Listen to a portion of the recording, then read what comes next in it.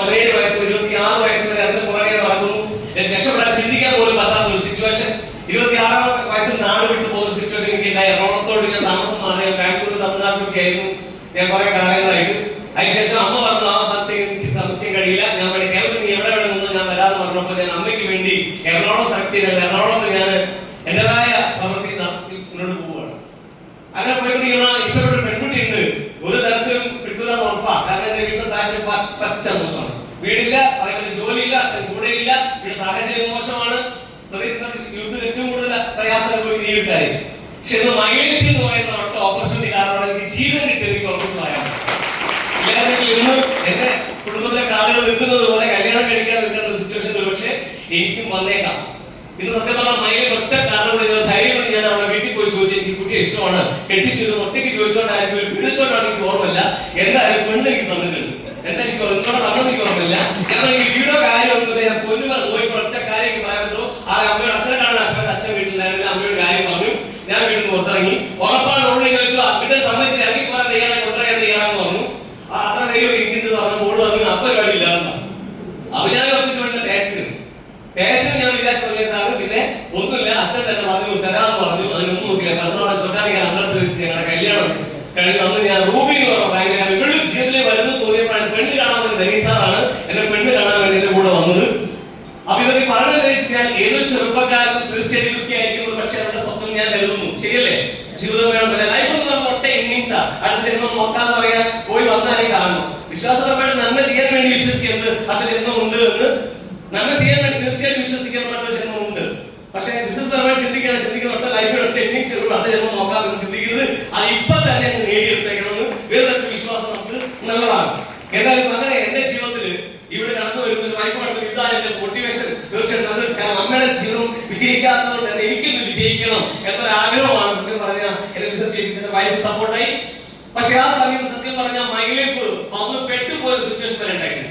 എറണാകുളത്ത് ഈ ബിസിനസ് തുടങ്ങുന്ന സമയത്ത് ഒറ്റയ്ക്ക് ബിസിനസ് കോഴിക്കോട് ടീമുകൾക്ക് യാത്ര, പൈസ, സാമ്പത്തിക ബുദ്ധിമുട്ട്, ഫ്ലാറ്റ് വാടക, റൂമിൽ വാങ്ങി കൊടുക്കണം, എല്ലാം പ്രയാസപ്പെട്ട സമയം നിർത്തി പോകാൻ പലവട്ടം തോന്നിയപ്പോ വായിച്ച പുസ്തകത്തിൽ ഒരു വാചകമുണ്ട്. ഒരു വ്യക്തി ചോദ്യം പരാജയപ്പെടുന്നത് വിജയത്തിന്റെ തലേ ദിവസമാണ്. ഒരു വ്യക്തി ചോദ്യം പരാജയപ്പെടുന്നത് വിജയത്തിന്റെ തലേ ദിവസമാണ് എന്നൊരു വാചകം ഉള്ളിനുള്ളിൽ കുടികളുകൊണ്ട് നിർത്തി പോകാൻ എപ്പോൾ തോന്നുന്നു അപ്പം ചിന്തിക്കും ഒന്നുകൂടി, നിർത്തി പോകാൻ എപ്പോൾ ചിന്തിക്കും ഒന്നുകൂടി, ആ ഒന്നുകൂടി അങ്ങനെ ആ പ്രതീക്ഷയുടെ തിരി കെട്ടുപോകാതെ കൊണ്ടുപോകാനായിരിക്കണം വിജയം നേടാൻ സാധിച്ചു എന്ന് ഞാൻ വിശ്വസിക്കുന്നു. അപ്പൊ അങ്ങനെ ഈ ബിസിനസ്സിൽ നാട്ടിൽ പോയി ഭാര്യ വീട്ടിൽ നിൽക്കേണ്ട സിറ്റുവേഷൻ വന്നു. നാളെക്കെട്ട ജീവിതം ഉണ്ടായി. കാരണം ഞാൻ പൊന്നുകൾ നോക്കിക്കോളാന്ന് പറഞ്ഞാൽ അവിടെ പൊന്നുകൾ നോക്കാൻ വേണ്ടി വാടക പോലും കൊടുക്കാൻ പറ്റുന്ന സിറ്റുവേഷൻ കമ്പനിയുടെ റാങ്കിൽ വരെ എത്തി. ചെറിയ റാങ്ക് 1,12,000 രൂപ ആകെ വരുമാനം കിട്ടിയുള്ളൂ. ഒരു കൊല്ലം കൊണ്ട് 30,000 രൂപയാണ് എനിക്ക് ഈ ബിസിനസ്സിലൂടെ ആകെ കിട്ടിയത്. തുടക്കത്തിൽ ഒരു കൊല്ലം 30,000 കിട്ടിയ കുടുംബം പോകും. അവർ ഞാൻ വിചാരിച്ചു പരിപാടി വേണ്ട, വെറുതെ പണിക്ക് പോകാതെ വിചാരിച്ച് നിന്നിടത്താണ് വീണ്ടും എന്റെ മകള് എന്റെ വൈഫ് പ്രഗ്നന്റ് ആയ 9 മാസക്കാലം എനിക്ക് നാണക്കെട്ട ജീവിതം എന്ന് പറഞ്ഞു ഞാൻ ഭാര്യ വീട്ടിലേക്ക് താമസം. സത്യം പറഞ്ഞാൽ അന്ന് ചിന്തിക്കുന്ന നാണക്കേടാണെങ്കിൽ ഇന്ന് ഞാൻ ദൈവത്തിന്റെ മനഃപൂർവ്വമുള്ള കളിയാണ് മനസ്സിലായി. കാരണം എന്റെ സ്വഭാവം വെച്ച് എന്റെ വീട്ടിലായിരുന്നെങ്കിൽ ആ സമയം ഞാൻ കിടന്നുറങ്ങുമായിരുന്നു. പല്ലേക്ക് നേരം കുടിക്കാൻ നേരം ഭാര്യ വീട്ടിലായതുകൊണ്ട് രാവിലെ അമ്മ ഇപ്പൊ കാണുമല്ലോ എന്ന് കരുതിയിട്ട് രാവിലെ 7 മണിയാകുമ്പോൾ എങ്ങനെയെങ്കിലും ഡ്രസ് കൊടുക്കാൻ ഇറങ്ങും പാർക്കൊന്നുമില്ലെങ്കിൽ 2018 ഒറ്റ വർഷം രാവിലെ 7 മണിക്ക് ഫീൽഡിൽ ഇറങ്ങി മാക്സിമം ടൈം ഫീൽഡിൽ വർക്ക് ചെയ്യും. ഉച്ചയ്ക്ക് ഭക്ഷണം കഴിക്കാൻ പോലും വീട്ടിൽ വരില്ല. അവർ ഡിസ്പ്യൂട്ടമായ വീട്ടിൽ നിന്നാണ്. അങ്ങനെ ചായ ഉച്ചയ്ക്ക് ചോറും വല്ലാത്ത ചായ ഒക്കെ ഡിസ്ട്രിബ്യൂട്ടേഴ്സ് വീട്ടിൽ നിന്ന് കഴിച്ചോണ്ടായിരിക്കണോ? ഈ ബിസിനസ് ഒറ്റ കൊല്ലം മറികടന്ന് ഒറ്റ സ്റ്റേറ്റ് ഇമ്പോർട്ടന്റ് ഒറ്റ കൊല്ലം സാധിച്ചു. International tour Dubai second international convention കമ്പനികൾക്ക് ദുബായിൽ പോകാനുള്ള ഭാഗ്യമുണ്ടായി. ഇങ്ങനൊരു സാധാരണക്കാരന്റെ ജീവിതത്തിൽ അസാധാരണ മാറ്റം ഞാനിങ്ങനെ ആ വിജയങ്ങളെ കണ്ട് ആസ്വദിച്ച് മുന്നോട്ട് പോകാൻ ഒറ്റ പ്രാർത്ഥനയുള്ളൂ. എന്ത് അഹങ്കാരം പറയുമ്പോ അല്ലെ പടച്ചനെ കൂട്ടുപിടിക്കണം വേണം വേണ്ടിയോ അല്ലെ? ഐശ്വര്യ ബുദ്ധിയും ശക്തിയുടെ സർവശക്തി ഈശ്വരൻ തന്നതാണ്. അത് നമ്മൾ പറഞ്ഞുകൊണ്ട് ഇങ്ങനെ ഓരോ അടിയും മുന്നോട്ട് പോയിക്കൊണ്ടിരിക്കുകയാണ്. അപ്പൊ കുഞ്ഞ് ജനിച്ചു. ആ കുഞ്ഞ് ജനിച്ചതാണ് സത്യം പറഞ്ഞ ആ ഒരു കാലയളവാണ് എന്റെ ജീവിതത്തിൽ വലിയ മാറുണ്ടാക്കി വിശ്വസിച്ചു. അങ്ങനെ പോസിറ്റീവായ കുറെ വിശ്വാസങ്ങൾ കൊണ്ടുവന്നു.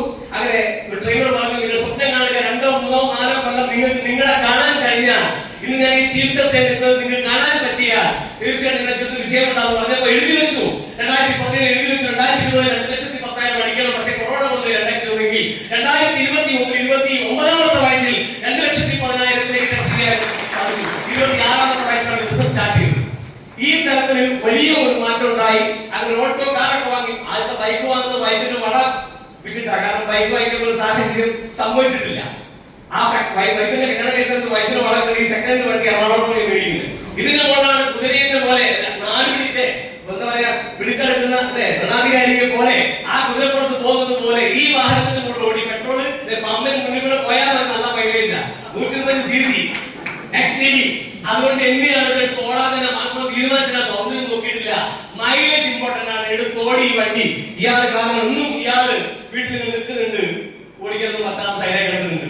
എന്നാൽ ഞാൻ കൊടുക്കില്ല തീരുമാനിച്ചു. തുരു പിടിച്ചു പോയാൽ പോട്ടെ, അവിടെ കിടക്കടയിൽ ആർക്കും തോന്നില്ല. കാരണം സ്നേഹിച്ചാണ് പ്രശ്നം, പോകില്ല. പിന്നെ ഇങ്ങനെ തുടക്ക സമയത്ത് എല്ലാവർക്കും അനുഭവം നമുക്കുണ്ടായിട്ട് നമ്മൾ ഇന്ന് കണ്ടപ്പോൾ കമ്പനി നമ്മളെ നേരിട്ട് അങ്ങോട്ട് CBC ആക്കിയതാണെന്ന് തെറ്റിദ്ധരിക്കരുത്. ഇങ്ങനെ ഒരു പ്രൊഡക്റ്റിന്റെ ബാഗിൽ ഉൽപ്പന്നങ്ങൾ വെച്ച് ഞാൻ പ്രൊഡക്റ്റ് വിറ്റ ബാഗാണ്. ആ ഓർമ്മയ്ക്ക് വെച്ചതാ. ആ ഓർമ്മയ്ക്ക് സാധനം കൊണ്ടുവന്ന് വിൽക്കാൻ വേണ്ടി തുടക്കത്തിൽ സ്ത്രീകളെ മാനേജ് ചെയ്യാൻ കുറച്ച് പ്രയാസമായിട്ട് ഞാൻ ചേച്ചിയോട് പറയും, ചേച്ചി നെറ്റ്വർക്ക് മാർക്കറ്റിൽ ഞാൻ സാധനങ്ങൾ വീട് വിടാതെ കൊണ്ടുവരുന്ന ഒരാളാണെന്ന് പറയും. വീട് വിടാതെ സോപ്പ് വേസ്റ്റ് വെക്കുന്ന ഒരാളാണെന്ന് പറയും. ഞാനാണെന്ന് എനിക്കറിയാം. ഞാൻ ഇന്ത്യൻ ഡയറക്ടറാണ് അഭിമാനം എനിക്കുണ്ട്. മറ്റുള്ളവർ എന്നെ പറ്റി എന്ത് ചിന്തിക്കുന്നു എനിക്ക് നോക്കേണ്ട കാര്യമില്ല. ഒരു ഇന്ത്യൻ ഡയറക്ടറാണെന്നുള്ള അഭിമാനം എനിക്കുള്ളപ്പോ ഞാൻ എന്തിന് സാധനം വെക്കാൻ പഠിക്കുന്നു മേടിക്കുന്നു. അങ്ങനെ ഇത് വെച്ച് നന്നായി വിറ്റു. കിറ്റ് രൂപത്തിലാക്കി ഞാൻ കിറ്റായിട്ട് മാർക്കറ്റ് ചെയ്യും. ഇന്നും ഞാൻ ബന്ധുനെ കണ്ട ഞാൻ പറയും, ഞാൻ നിങ്ങളെ കാണുന്നു വിചാരിച്ചിരുന്നു, നിങ്ങളുടെ കസ്റ്റമറാണ്. ഒറ്റ ഡയലോഗുള്ളൂ. ഒരാളും എന്റെ മൊത്തം ഇന്നോ പറയാറില്ല. ഇന്നോ പറഞ്ഞപ്പോഴാ ഞാൻ സാധനം കൊണ്ടുപോകുമ്പോഴാ. 1000 രൂപയുടെ സാധനം കൊണ്ടുപോകുമ്പോൾ നോ പറഞ്ഞാൽ ഞാൻ പറയൂ 500 രൂപ സാധനം എടുത്തോ. 500 രൂപയുടെ സാധനം നോ പറഞ്ഞാൽ ഞാൻ പറയൂ ഇഷ്ടം എന്തെങ്കിലും ഒന്ന് എടുത്തോ. എന്റെ ഒരു സോപ്പ് പോലും വാങ്ങാത്ത ഒരാളുണ്ടാവില്ല. ഒരു പ്രൊജക്റ്റിൽ കൊടുത്തിട്ടേ ഞാൻ പോയുള്ളൂ എന്ന് പറഞ്ഞാൽ ആ രീതിയിലുള്ള ഉൽപ്പന്നം നമ്മുടെ കയ്യിൽ ധൈര്യമായിട്ട് മാർക്കറ്റിൽ 10ൽ 2 മൈലേജിൽ 10ൽ 10. നിങ്ങൾ ചെയ്യുമ്പോൾ ചെയ്യണേ 10 ആൾ വേണമെങ്കിൽ 10 ആൾ വേണം പറയും. ആ രീതിയിൽ നിങ്ങൾ ചെയ്യാൻ തയ്യാറാവുക. സ്വയം തെറ്റുകൾ മനസ്സിലാക്കുക, തെറ്റുകൾ തിരുത്തുക, മുന്നോട്ട് പോവുക. ഏതായാലും എന്റെ തുടക്കത്തിൽ എന്റെ വൈഫാണ്, അവൾ ഹെൽത്ത് ഇൻസ്പെക്ടർ ആയിരുന്നു. ആ സമയത്ത് അവൾ ഹോസ്പിറ്റലിൽ കൊടുക്കുന്ന ഫോട്ടോ ആണ്. അങ്ങനെ 2 വർഷം എടുത്തോ. കോവിഡ് സമയത്ത് മാത്രമേ ഹെൽത്തിൽ വർക്ക് ചെയ്തിട്ടുള്ളൂ. ഇപ്പൊ എന്റെ പാർട്ണറാണ്, മൈലിസ്റ്റേറ്റ് പാർട്ണർ. ശമ്പളം ഞാൻ തന്നെ വീട്ടിലിരുന്നോ, താല്പര്യം ഉണ്ടെങ്കിൽ പണിക്കോണേക്ക് പോക്കിയോ പോകണം താല്പര്യം ഞാൻ പറഞ്ഞിരുന്നോ, ശമ്പളം ഞാൻ വന്നേക്കാന്ന് പറഞ്ഞിട്ടുണ്ട്. സത്യം പറഞ്ഞ ശമ്പളം കൊടുക്കുന്നുണ്ട്. കേട്ടോട്ടെ, ശമ്പളം കൊടുക്കണേ, കൊടുക്കണം. നമുക്ക് ശമ്പളം ഭയങ്കര ഹാപ്പി ആയി പൈസ കിട്ടുമ്പോ എല്ലാ മാസം ഞാൻ ഒരു തുക അവർക്ക് അങ്ങ് കൊടുത്തേക്കും. അത് ഞാൻ അത് വീട്ടിലോട് കൊടുത്തു. കുടുംബക്കാലൊക്കെ പിന്നെ ഇല്ലേ എന്നാലും കൊടുക്കണം. എല്ലാവരും ചെയ്തിട്ട് ഒരാഴ്ച വൈഫിന് കൊടുത്തിട്ട് അല്ലെങ്കിൽ നിങ്ങളുടെ കൊടുക്കണം. ഇങ്ങനെ എന്റെ റീറ്റെയിലിംഗ് എക്സ്പീരിയൻസ് ഒക്കെ ഒരുപാട് എക്സ്പീരിയൻസ് ഉണ്ട്. എന്റെ ആദ്യത്തെ വണ്ടി ഞാൻ ഒരു ബൈക്ക് 2 വീലർ മൈലേജിന്റെ ഫുൾ പൈസ കൊണ്ട് മേടിച്ചൊരു വണ്ടി ആയതുകൊണ്ട് വലിയ സംഭവമാക്കി കാണിക്കുന്നൊന്നുമില്ല. ഇങ്ങനത്തെ ബൈക്ക് മേടിക്കുന്ന ചെറുതായ വൈഫ് ഗിഫ്റ്റ് വാങ്ങി കൊടുത്താണ്. അവർക്ക് ഭയങ്കര ഇഷ്ടമായിരുന്നു ബൈക്ക്. അപ്പൊ അങ്ങനെ വാങ്ങിച്ചു കൊടുത്താണ്. അപ്പൊ അതിന് ആഗ്രഹം വരുന്നത് സെക്കൻഡ് വണ്ടി വാങ്ങിക്ക് ശീലമുണ്ട്, പുതിയൊന്നും വാങ്ങിക്ക് ശീലമില്ല.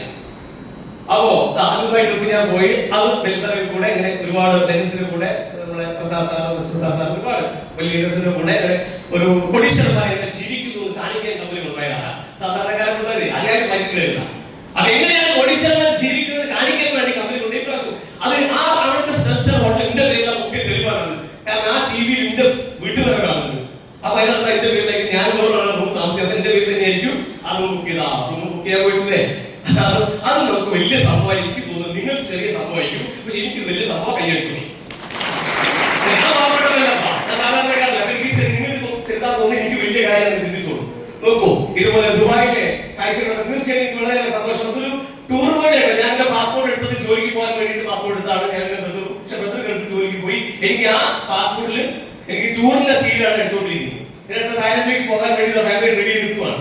എന്റെ അപ്ലൈ ചെയ്തിട്ടുള്ളത് അല്ലെ, ഇപ്പൊ ഗൾഫിൽ ടൂർ ഫാമിലി ടൂർ എടുത്തോണ്ടിരിക്കുകയാണ് അദ്ദേഹം. എന്ന് പറഞ്ഞാൽ ഇങ്ങനെയൊക്കെ ലൈഫ് എൻജോയ് ചെയ്യാൻ പറ്റുന്ന ഒരു സഫാരിക്ക് വേണ്ടി ഫോട്ടോ പോസ്റ്റ് ചെയ്യണം നമ്മൾ ITC ഇങ്ങനെയൊക്കെ നമുക്ക് കുറിച്ച് കളിയാക്കിയമാർ കാണിച്ചത്. ഞാൻ കുറച്ച് സംസാരിക്കുന്നതാണ്. അപ്പൊ ഇതിനെ പറ്റി എന്താ പറയാ ആൾക്കാർ നന്നായിട്ട് സംസാരിക്കുന്ന ആൾ എന്തെങ്കിലും പറയുമോ ബ്ലൂസ് ആണ് പറയുമല്ലോ. അത് ഞാൻ കേൾക്കണമെന്ന് എനിക്കറിയാം പറയാറ് ആണല്ലോ. അത് ഓരോ വാ അടയ്ക്കാൻ പറ്റുമോ? എങ്ങനെ പറ്റൂ? ഞാൻ പറഞ്ഞ ചെയ്യുന്ന കാണിച്ചിട്ടാണ് അറിയില്ലോ. അറിയോ? അറിയില്ലേ? പറഞ്ഞ ചെയ്യുന്നതാണ് അറിയില്ല. അങ്ങനെ അടപ്പിച്ച ഒരു സന്ദർഭമാണ് ഈ സന്ദർഭം. അപ്പൊ ഇന്ന് കഴിയുന്നവർക്കറിയാം. ഞാൻ പറഞ്ഞു സ്മാർട്ട് അവൻ രക്ഷപ്പെടുന്ന അദ്ദേഹം പറഞ്ഞേ ഇന്ന് പറഞ്ഞേ പറഞ്ഞത് അതുപോലെ കാര്യമോ അന്ന് അങ്ങനെയല്ലേ വന്നത് എന്ന് പറഞ്ഞാൽ ഇതൊക്കെ കളിയാക്കൊക്കെ ഏൽക്കണം. എങ്കിലും ഒരു ആവേശം ഉണ്ടാവും. നോക്കൂ, ഇങ്ങനെ ആ കൊച്ചു ഖലീഫിന്റെ ഏറ്റവും ടോപ്പ് നിന്ന് ഫോട്ടോ എടുത്തു. ഞാൻ ലോകത്തിലെ ഏറ്റവും ഉയർത്തിലുള്ള ബിൽഡിംഗിനകത്ത് ഒരു കമന്റ് വൈസ് വിട്ട് അങ്ങനെ മോട്ടിവേറ്റ് ആദ്യത്തെ ഒരു സെക്കൻഡ് ഹാൻഡ് കാർ എന്റെ കുഞ്ഞു ബാബയുടെ കാര്യം വെയിൽ കൊണ്ടിരിക്കാൻ തോന്നായിട്ടാണ് ഞാൻ കാർ വാങ്ങിച്ചത്. കുഞ്ഞു ബാബ ചെറിയ ബാബ വെയിൽ കൊണ്ട് ബൈക്ക് പോണേ വെയിലുണ്ടല്ലോ കയ്യിൽ കാർ സ്വപ്നം കണ്ടൂടെ എന്ന രീതിയിൽ കാർ കണ്ട കാർ അച്ചീവറായിട്ട് നമ്മൾ മാറി. അങ്ങനെ ഞാൻ അന്ന് വാടക വീട്ടിൽ താമസിക്കുകയാണ്. വാടക വീട്ടിലാണ് താമസിക്കുന്നത്. കാരണം അത് ഫസ്റ്റ് ഫ്ലോർ, താഴെ ഓണറാണ്, ഞാൻ മോള്. എനിക്ക് വീടുണ്ട്, സ്ഥലമൊക്കെ ഉണ്ട്. പക്ഷെ ചെറിയ വീടായിരുന്നു, സൗകര്യപ്രദമായതുകൊണ്ട് ഞാൻ വൈഫൊക്കെ ഇത് താമസിക്കുന്നു. ആ വീട്ടിൽ നിന്നാണ് ആഴ്ചയിൽ 2,10,000 മഞ്ഞളുടെ വീട് കിടക്കുന്നത്.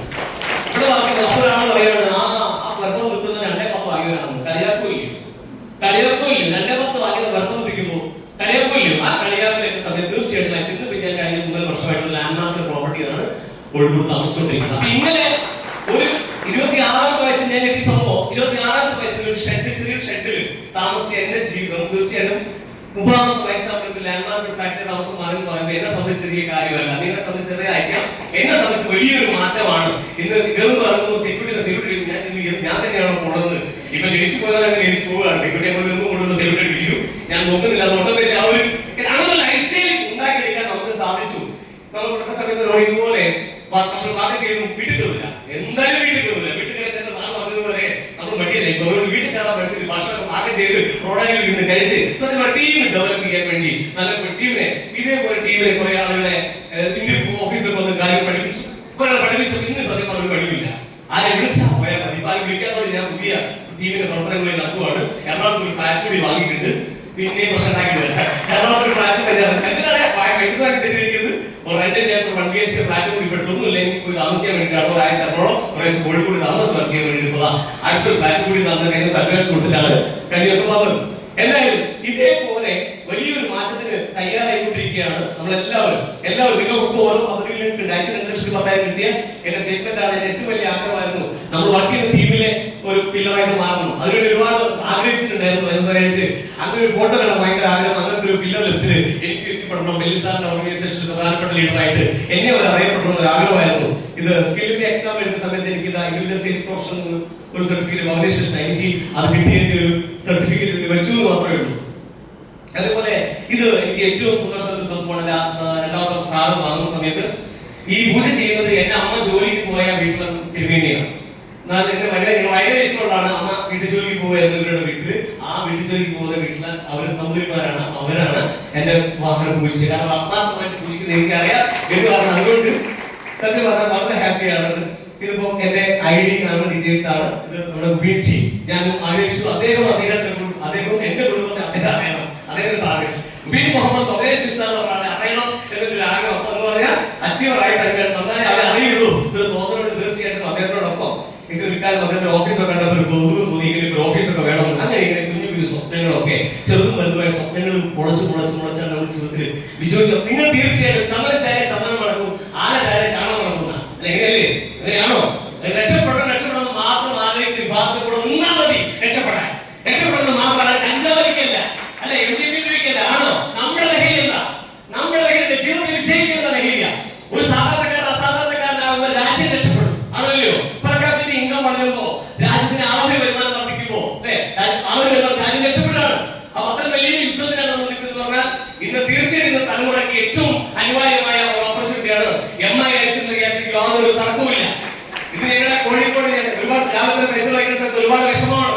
ഞങ്ങളുടെ നാട്ടിൽ തന്നെ ഒരു പയ്യൻ അമ്മനെ പറഞ്ഞുകൊണ്ടിരിക്കുക. അമ്മനെ കൊല്ലുന്നു പറഞ്ഞ അമ്മ മകനെ പോലീസിനെ ഏൽപ്പിക്കുക. ഒക്കെ കോഴിക്കോട് ജില്ലയുടെ പല ഭാഗത്തുമാണ് നടന്നുകൊണ്ടിരിക്കുന്നത്. നമ്മൾ പല ഭാഗത്തും ഇപ്പൊ വളരെ ഡേഞ്ചർ ആയിട്ട് മയക്കുമരുന്ന് ഒഴുകിക്കൊണ്ടിരിക്കുക. സത്യം പറഞ്ഞാൽ നമ്മുടെ ലഹരി എന്ന് പറഞ്ഞാൽ അച്ചീവ്മെന്റ് ആണ്. തീർച്ചയായിട്ടും ഈ ഇൻഡസ്ട്രിക്ക് നാടുകളിൽ വലിയൊരു മാറ്റം ഉണ്ടാക്കാൻ സാധിക്കും. പക്ഷെ എല്ലാവരും ഉണർന്ന് പ്രവർത്തിക്കുക എന്ന് മാത്രമേ എനിക്ക് പറയൂ. നിങ്ങൾ കളിയാക്കി കുറ്റപ്പെടുത്തൊക്കെ മാറ്റിവെക്കുക. തീർച്ചയായിട്ടും ഇന്നത്തെ കാലഘട്ടത്തിൽ ഈ ഓപ്പർച്യൂണിറ്റി വളരെ അത്യാവശ്യമാണ് എന്ന് തോന്നുന്നുണ്ടെങ്കിൽ മാത്രം നോക്കൂ. ഈ ഒരു കമ്പനിയുടെ ഏറ്റവും ടോപ്പിൽ നിൽക്കുന്ന ആളുകൾ അടുത്തറിയാനും കമ്പനിയുടെ മാനേജ് MD ആണ് അദ്ദേഹം. ഇങ്ങനെയൊക്കെ ഇത്രയും അധികം അടുത്തു. ഏറ്റവും വലിയ സന്തോഷം എനിക്ക് കഴിഞ്ഞ ദിവസം നിങ്ങളുടെ ഓർഗനൈസേഷൻ ഏറ്റവും യംഗസ്റ്റ് ആൾക്കാരുമായിട്ട് ഡിസ്കഷൻ കമ്പനിയുടെ സമയത്ത് കമ്പനിക്ക് നേരിട്ട് സംസാരിക്കുന്ന അവസരം കൂടി എന്നെ സംബന്ധിച്ച് കിട്ടി. എന്തായാലും ഇങ്ങനെ എന്റെ ആഗ്രഹമാണ് ഹാർബർ സക്സസ് അക്കാഡമി ട്രെയിനറായിട്ട് മാറണമെന്ന് എനിക്ക് ആഗ്രഹമുണ്ട്. ട്രെയിനറാണ്. ഇന്ന് കമ്പനിയുടെ DTP എന്ന് പറയുന്ന ട്രെയിനിങ് പ്രോഗ്രാം വൈകുന്നേരം 3 മണിക്ക് ഞാനാണ് എടുക്കുന്നത്. എല്ലാവരും വൈകുന്നേരം 3 മണിക്ക് ഓൺലൈൻ ട്രെയിനിങ് കമ്പനി ട്രെയിനിങ് കയറണം. എന്റെ ആഗ്രഹമായിരുന്നു. അതിന്റെ ആദ്യ പടവ് ഇന്ന് ഞാൻ കയറുവാണ്. സഹകരിക്കാം. എന്റെ വീടാണ്, കുഞ്ഞു വീടാണ്. കൂടി ഒരു വീട് പണിത് കൊടുത്തു.